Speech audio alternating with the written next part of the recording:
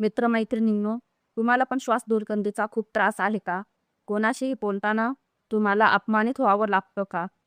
म्हणून तुम्ही कोणाशीही बोलणं टाळता. समोरची व्यक्ती वारंवार तुमचा अपमान करून बोलते की तुझ्या तोंडाचा खूप घाण वास येतो. तू ब्रश नीट केला नाहीस का? त्यावेळी तुम्हाला मान खाली घालून अपमान सहन करावा लागतो. अशा वेळेस आपला आत्मसन्मान सुद्धा डगमगतो. आपल्याला खूप रागही येतो, पण आपण तो रागही गप्प बसून सहन करते. तर मित्र-मैत्रिणींनो, आता तुम्हाला कुणीही अपमानित करणार नाही. कारण तुमच्या श्वास दुर्गंधीवर मी आज असे रामबाण उपाय घेऊन आलेले आहे, जो तुमची कितीही जुनी श्वास दुर्गंधी असू द्या, ती नाहीशी करणार आहे. चला तर मग आपल्याला त्यासाठी कोणत्या वस्तू लागणार आहेत, ते पाहूया. त्याआधी आपण त्यामागची कारणे आधी पाहूया, ज्याच्यामुळे आपल्याला श्वास दुर्गंधीचा त्रास होतो. त्याला कारण म्हणजे अपचन, पोट साफ न होणे, नीट ब्रश न करणे, पाणी खूप कमी पिणे. या सर्व कारणामुळे तुम्हाला अपचनाचा त्रास होतो आणि तुमच्या श्वासातून दुर्गंधी येण्यास सुरुवात होते. आता आपण या श्वास दुर्गंधीवर ते रामबाण 2 उपाय मी तुम्हाला सांगणार आहे, जेणेकरून तुमची श्वास दुर्गंधी ही कायमस्वरूपी नाहीशी होणार आहे.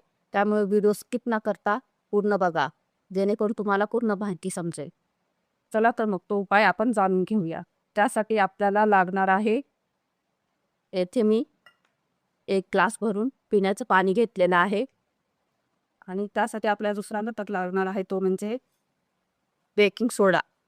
आपण यामध्ये थोडासा बेकिंग सोडा टाकून घेऊया आणि तिसरा घटक लागणार आहे, की म्हणजे तुरटी. आपण यामध्ये ही मी थोडीशी तुरटी क्रश करून घेतलेली आहे, ती आपण यामध्ये टाकून घेऊया आणि यामध्ये आपण थोडासा हा लिंबू पिळून घेऊया.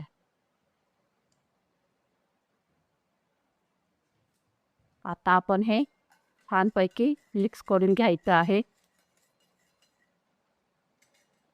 आणि हा उपाय सकाळी उठल्यानंतर पाण्याने गुळण्या करायच्या आहे. असे दररोज करायचं आहे. जोपर्यंत तुम्हाला श्वास दुर्गंधीचा त्रास तुमचा नाहीसा होत नाही, तोपर्यंत हा उपाय सलग करायचा आहे. तुम्हाला तुमची कितीही जुनी श्वास दुर्गंधीचा त्रास असला तरी या उपायाने 100% नाहीसा होणार आहे.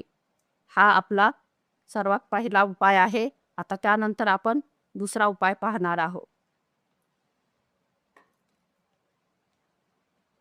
त्यासाठी आपणाला लागणार आहे आंब्याचं कोवळं पान.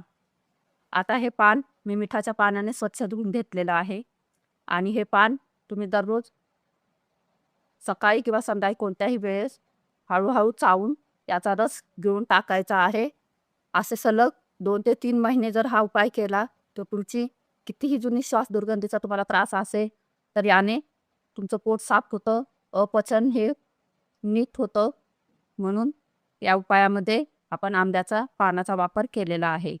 अशा प्रकारे तुम्ही हे 2 घरगुती उपाय करायचे आहे आणि तुमचे रिझल्ट कसे मिळाले तुम्हाला हे मला कमेंटमध्ये येऊन कळवायचं आहे. चला तर मग आजचा व्हिडिओ आपण इथंच थांबूया. पुढं भेटूया नेक्स्ट व्हिडिओमध्ये. तोपर्यंत चॅनलला लाईक करा, सबस्क्राईब करा, सोबतच बेल आयकॉन प्रेस करायला विसरू नका. माझा व्हिडिओ मनापासून पाहिल्याबद्दल धन्यवाद.